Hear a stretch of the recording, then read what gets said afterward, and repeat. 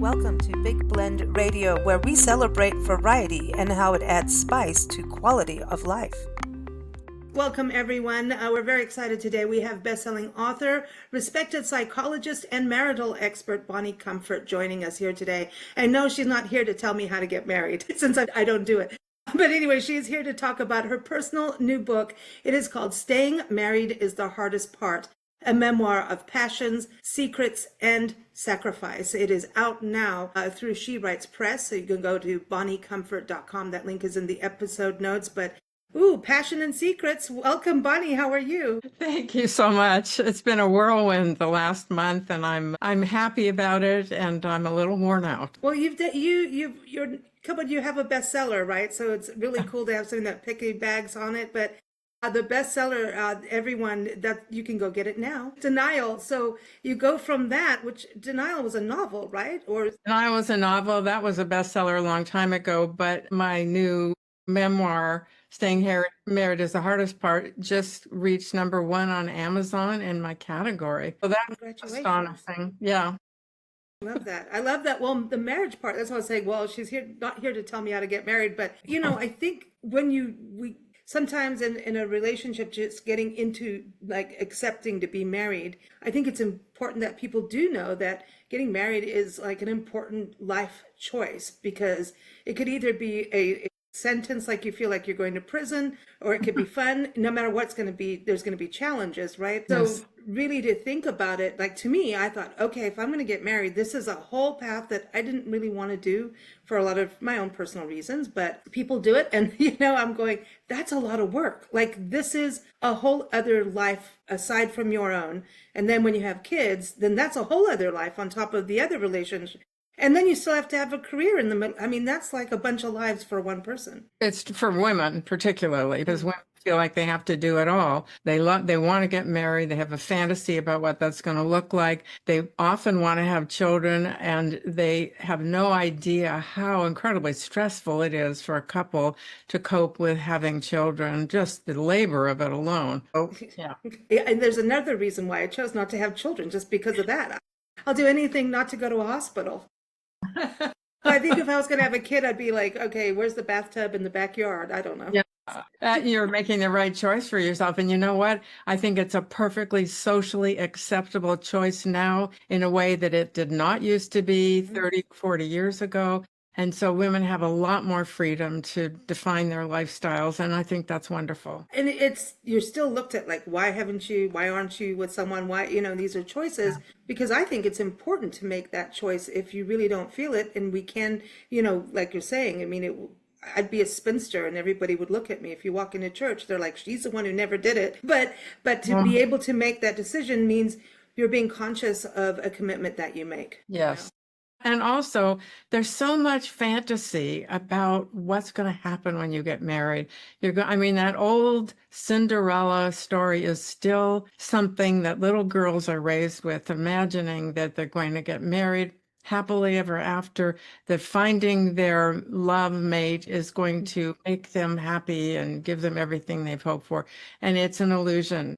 So after you do get married, people are often super happy at their weddings, and June is wedding month. So everybody's celebrating, and I love my partner so much. But 3 to 7 years down the road, you begin to discover the ways that you're not so compatible with your mate and how you have to cope with that. So it's an inevitable disillusionment after the fairy tale wedding. And then you have to be able to work on it together, and that's the hardest part too. I know that you're a therapist on this side of it. Like, what happens if the other party's like, yeah, I don't care, I'm kind of done. There's that close off that sometimes happens with people. That's a very difficult thing to cope with for the person who feels shut out, because if a partner copes with relationship difficulties by stonewalling, shutting down, withdrawing, it's very difficult for the partner. Often it makes the partner anxious and try to pursue, and that's the worst thing you can do. So often these sort of opposites marry, somebody who is an anxious and clingy person and the other person who is afraid of that amount of demand and intimacy. So I think if there are not children there, it's easier to walk away. But if you have children, it's a very complicated decision. And a lot of people choose to stay even though they're not happy with each other. And it does affect whatever happens in the bedroom does affect the marriage. And you talk about power and balance of power and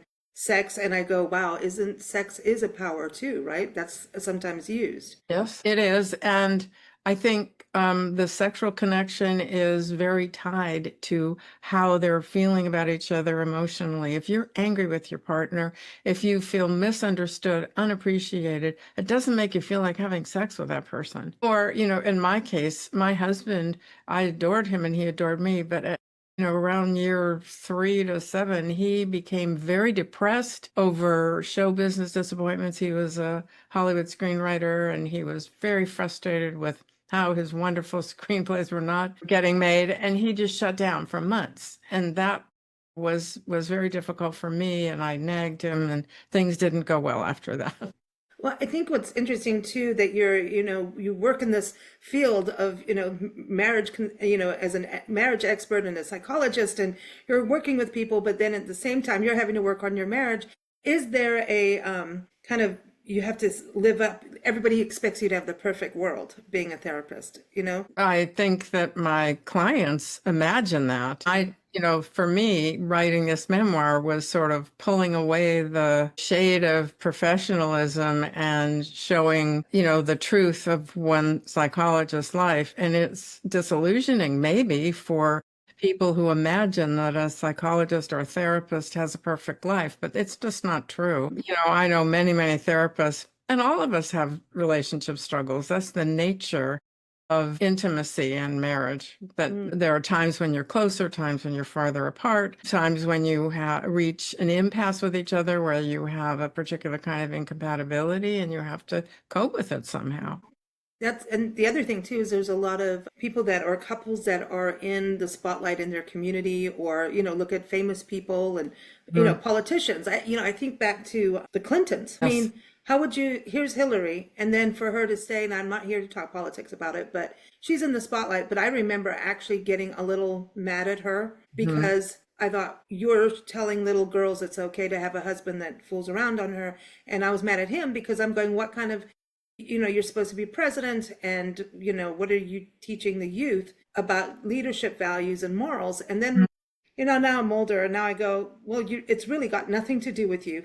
What happened, other than politically it was bad because of, the Oval Office and all of that. But everybody has a different, and I just thought because they were in the spotlight. But this happens all the time with high figures in communities, in municipalities. It could be the chief of police, head of, Senators, right? Senators, yes, also. Yes, they do a lot of that.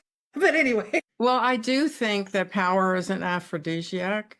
So particularly men in power have a lot of women who are drawn to them and are offering themselves to them. And it's also a situation where they're in a very high pressure job, and sometimes they just want to escape. So I think that people in high profile relationships are more vulnerable to cheating because they have so many more opportunities. In Hollywood, people, they're so physically beautiful and they have so many fans. If things don't go well at home, it would be very easy to, want a night of relief with somebody who thinks you're perfect still. Yeah, see, that's why sometimes second marriages work better.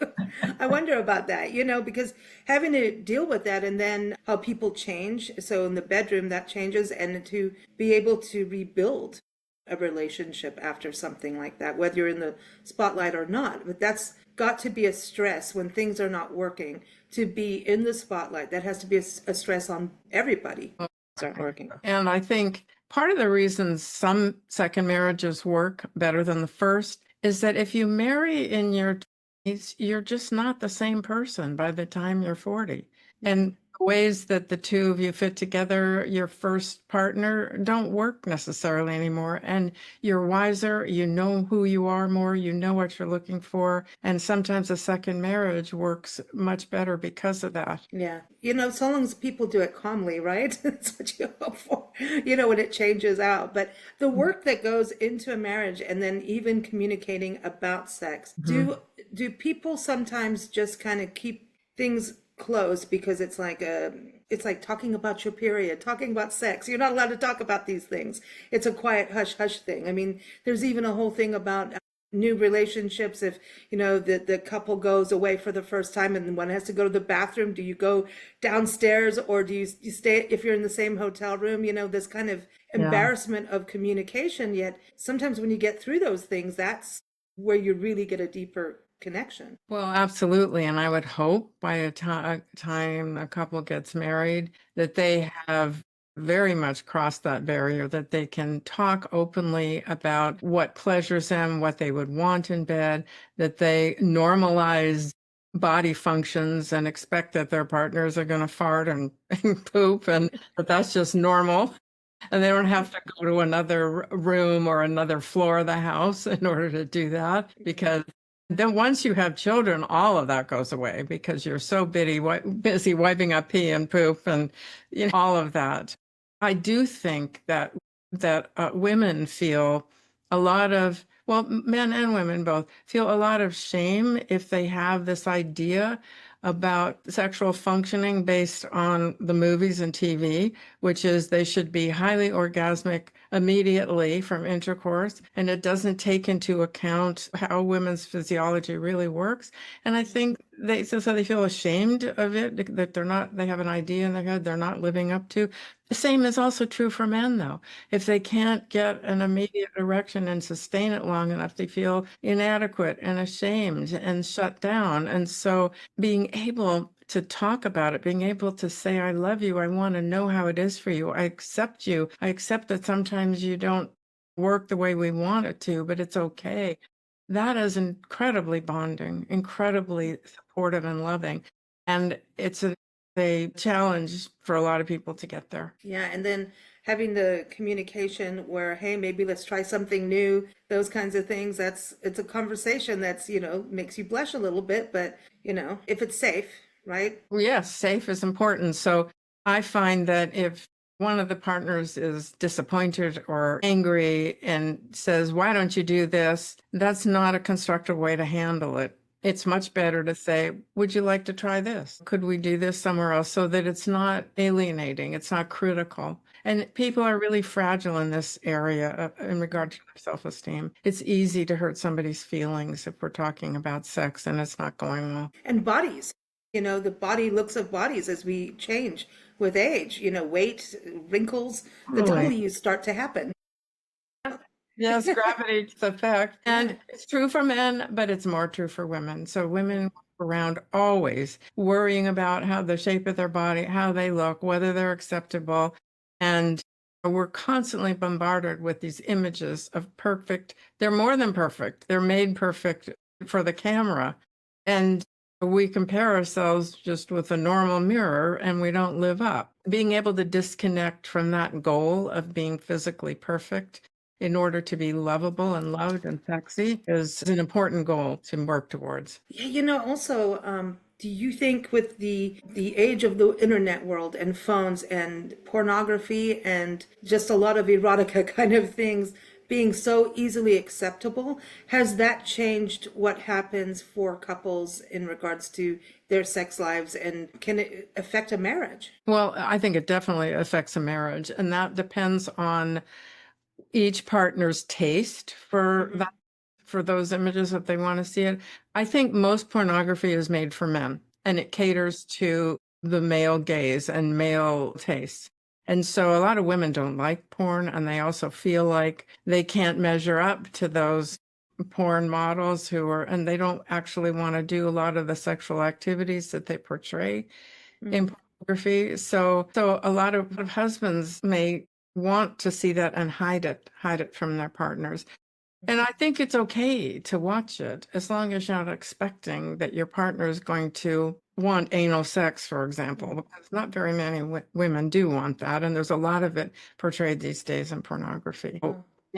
To Yeah, no, people, again, going back to that communication, right? But I always wonder about what's happening with that part of it, because you start seeing all these crazy things even in the news. Look at what's going on with Puff Daddy or whatever his name is, Sean Combs, Yeah. whatever it Yeah. is. And Yeah. look at that lady that, so it took a long time to get away from a very abusive, sexually abusive relationship. And so Yeah. there's that line. And that's why I'm really glad you wrote this memoir. And that's really, I think it's important to even just bring out the world of what happens to women in a sexual relationship, Yeah. marriage wise, and how it, open up Yeah. that I mean, dialogue because everyone's different. Every relationship is different, right? yes, it is. It is. And every individual is unique. Sexual tastes begin at a very young age before you choose it. It happens to you. You have sexual fantasies come into your head unbidden when you're 8 or 9 or 10. And those particular things that excite you are always the thing that excites you the most throughout your life. But I was a psychologist. I was an adult. My husband didn't have anything really abusive, in his requests for me, but he wanted me to do something I didn't want to do. I said yes too often because I wanted to please him. I loved him, and that was sort of his foreplay, and then we would have fun. But I got to the point where I didn't want to do it, and we would fight about it. And I felt ashamed of the fact that I couldn't stick to that. So I was like a slot machine. Sometimes I paid off. If you pulled the handle long enough, I would say, okay, fine, I'll do it this time. And it wasn't anything mysterious or terrible. He just, he liked to have me dress up in lingerie. He wanted to take photographs of me. That was his foreplay. Sometimes he wanted to look at me from outside a window, and I didn't like that. It made me feel lonely. So, I'm not like, I wasn't living with Sean Puffy Combs who's beating me up and bringing out Yeah. people to watch me, all that kind of stuff. But even so, just an ordinary person feeling like, no, you like to do this, but I don't. And to be able to have your voice and to say, I don't want to do it, and be able to stick with it and deal with the disappointment of your partner. And I think one of the things that's really challenging for women, even today, is to have the courage to disappoint your partner, not just sexually, but in any way that really matters to you. Because you can't really fully be yourself or commit to what matters to you in life if you can't sometimes disappoint your partner because you want to go to a meeting and he wants you with him for some reason, or she's asking, whatever, an example like that. No, I think this is so important because when it becomes a gray area and it becomes something that will continue arguing, and the arguments can escalate. But if you're feeling shamed as a woman, that is not a good feeling to. And so to me, it is like a form of taking advantage. If you say Yes. no, I don't care what it is. It's like, I don't Yeah. want your hand on my leg. Yeah. No is one, it's the sentence, right? It's Right. it, Yeah. you know. No is a sentence. That's a great way to say it. Yes. It's I think it's because we don't really hear that much, and I wonder about how, if we can, it's kind of like PTSD, was such a hush, hush, hush thing. This didn't happen, right? And now when we look at what's going on, we talk about sex and what women and men, everyone's going through. I think it's hard to even get for a couple to even go to a therapist or a psychologist, right? Is that part of the thing of it, is to go, because especially if you're well known in your community, something like that, people will tend to, oh, we can't go. Someone will see us go into the building. Well, thank goodness we have Zoom now, right? We have Zoom, and I don't think there's very much shame anymore for people going to see a therapist. I think it's pretty common. And yes, you can always do it at home in private, in private. But sexual conflicts are very hard to navigate and solve, even with a couples therapist. The couples issues are, there are many of them, and there are ways to try to reconnect and understand each other more deeply. But the sexual area is fragile, and people's self-esteem is so on the line in that regard. And so sensitive to feeling unaccepted, rejected, or not good enough in that way, both men and women. I was going to ask you, because you being a psychologist and then you tell everything, here's my memoir, and you're open and honest and, bring some integrity to what happens for couples. What led you to say, okay, I'm going to bear it all here? Literally, like, she's no pictures in there, everyone. But you know what I mean? That actually, being able to share your story, because that's some bravery, I think. Well, it took courage on my part to draw the curtain aside for a therapist, because people assume that a therapist's life is pretty together. But I didn't feel that the issues could really be explored unless I was honest about it, unless I was revealing enough that it made sense that I was having a problem with my partner. Otherwise, because 70% of my marriage was great. I loved him and we loved, he loved me and it was great. But that 30% was not great. And without you knowing what really went on in the bedroom, it wouldn't really seem very important. Yeah, and then to actually have to sleep with someone in the same room like every night, that would drive me nuts. I'm like, go to your room. I think I'd have to have one of those relationships where, okay, we'll visit from time to time. You know? Because, I want my sleep when I rarely get it, but I want it when I can. But isn't that's the thing, is having those conversations like, hey, I'm not getting sleep, you're snoring. Can we Right. do Yes. things a little bit so that we're all happy? Yeah, sure. Oh, I think as people age, sleep becomes more difficult and more important. And a lot of long married couples don't sleep in the same bed anymore. Yeah. For that reason, it doesn't mean they don't love each other. It doesn't mean they don't have sex or cuddle. But when it comes to sleep, they go their separate ways. They sleep in their own bed and they're not disturbed by their partners snoring, getting up to pee or drinking water or whatever. And how does, when you think about a couple where maybe one suddenly wants an open relationship and the other one kind of goes along with it just to appease again, isn't that kind of the same thing? When somebody wants to go off philandering and, and says, look, this is what I want. I still love you, but I can't, this is the only way I can do it. And some people go along with that, even if deep down they want monogamy, Well, they do, and I don't know that it's a good thing because it's painful to know that your partner's gone off and had sex with somebody else, and your partner is falling in love with somebody else, and it doesn't solve the relationship problems to try to go and have a third person involved with your life. Some people manage it, some people like it if they both agree to it, both agree they want an open relationship, but I've seen is that it doesn't work in the long run.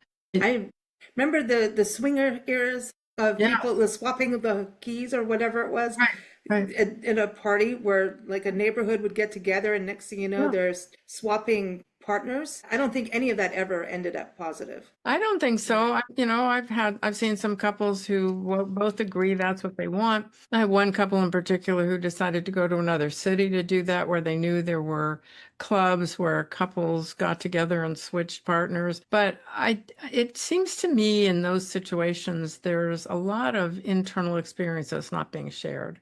Eventually, it leads to the breakdown of the relationship. That's sad. That's sad. And then when someone has been, cheating on someone, without any consent or anything, and found out, and oftentimes it's going to be a coworker or even a best friend or even a family member. Yes. And those close things happen, right? And can you rebuild trust with that, do you think? It's not easy. Not easy to rebuild trust. I don't think it's ever the same again. I think you can repair the relationship, but it is like a broken vase that has been glued together, and those seams are still vulnerable to breaking again. And if it's a person who's had an affair with a best friend or a family member, that feels like much more of a betrayal than having a relationship with somebody you don't even know, because it means it's a double betrayal. The friend or the family member has betrayed you as well. To me, is the most destructive. But the way back is to explore why your partner needed to do that. What is it about us that isn't enough for you, or what can we do differently to make that better for you? And it requires the partner who's been cheated on has to have a strong enough sense of their own self and their self-esteem to not be so devastated by it that they can't even negotiate. Yeah. Or it might be at the end, Yeah. because it's a telltale sign. But also, I always think about relationships, even friendships, right? That people get together because they're attracted for some reason, and they had fun. Even in relationships, there was some moment somewhere. Usually, every relationship's different, and I think that's also what's great about storytelling and personal stories. People are able to find connection, and it makes it not so bad for. I know women reading this, they're going to feel a lot better and not so alone, And a personal story, a true story helps, and it also means like, hey, everybody's got a different story, right? Everyone has, and it gives different levels of respect and thought. But that rebuilding part is, yeah, that's hard. Just thinking about that, and sometimes I don't know if you can, it's like the end Yeah, because it's going beyond the boundary. When someone can it hover is. near a boundary, but that's taking it over a boundary. And I think that's hard, but there's some reason they were all friends. So that might be there's some reason that drew them together initially that sometimes it's good to reflect on that. It is good to reflect, and you're wise the way you're talking about it. But I know people, clients I've had who cannot get the images out of their head, partner with somebody else, and may want to know all about it, but it's a terrible error to talk about it because you feed information about those images into your partner's head that just haunt the person. Yeah. It's like, oh, why her? Why does she look Yeah, like? right. Yeah. All of And that. Yeah. and it's like, oh, well, I thought I was prettier than her, or Mhm. yeah, what did you do this? Oh, does she do your fantasies? I don't, Mhm. it's hard. So try to It's really catch it hard. first. I mean, I have a friend whose husband cheated on her with a coworker, and he told her, well, we used to go walking in the woods and we used to do it in, near a tree or bushes, whatever. So there, for years she was haunted by these images of imagining her husband in the woods with this other person, and she just couldn't get it out of her head. And then there's vindication. Like there's like not vindication, but going after some vengeance. Yeah. Is you're mad. That vengeance, that's my word, vengeance, going after someone. And I've done an interview actually with an author, a memoir, and her daughter caught her husband with this other woman and then somehow snapped. The other woman came up, something happened, and she Yeah. snapped and she killed the woman. And she's in prison. Yeah, it's a true Wow. story. Wow. And snapped over it. And it Yeah. just was like a momentary snap of just Yeah. absolute shock and horror. And it was a kind of a high profile thing because of business. And that's the thing too. You see that in businesses where it's like everything's la la la, but it's really not on the Yeah. outside. Huh? Yeah. Yeah. I mean, I had a client whose 15-year-old daughter happened to see his phone when he was in the shower and realized he was having an affair, and her mother didn't know about it. And it was just a disaster for the family. So people got to think, yeah, maybe reading your memoir will help people kind of start talking, right? So I do hope so. I mean, I think there are so many issues in it about, for example, just expectations of marriage. Mhm. We go into it imagining that being married is the source of our happiness, and we have to grow enough to understand that we have to make ourselves happy, even in the context of a marriage. It's not up to your partner to make you happy. So I was going to ask, with this coming up, are you doing any, speaking engagements? I know it's a whirlwind with the book first coming out, but Yes, would you say this would work well with book clubs and, maybe even women's clubs of women being able to have these open discussions through your absolutely. book? Yeah, absolutely. In fact, I have suggestions for book club questions at the back of my book, and I'm available to meet with the book club on Zoom, or if they happen to be in Portland, Oregon, where I am, I'm happy to meet with them in person. But yes, I think that it would be very valuable. I would love to have discussions with Mm. women who are interested in reading and thinking about these issues. Well, everyone could go to Powell's bookstore, right? And go hang out with you Yes. there. It's one of the Yeah. best bookstores on the planet. Like, that's a Yes. dangerous place. That's dangerous. True. In Portland, you've got Rose's, really good donuts, and one of the best coffee and bookshops in the planet. So, It's well, yeah, true. because they've got multiple locations there now, right? I Yeah. think. Yeah, they have 3 now. It's dangerous because they even have shopping carts. And I remember filling a shopping cart going, what am I doing? This is insane. This is insane. But I love that you're doing that. Well, thank you so much for keeping, this kind of topic out there for people. What has been the response with women, especially with this that you've had so far? Because I know it just came out, but It just came out, but yes, I do feel that women are surprised and also grateful. They want to talk about these things more openly and feel like it's okay.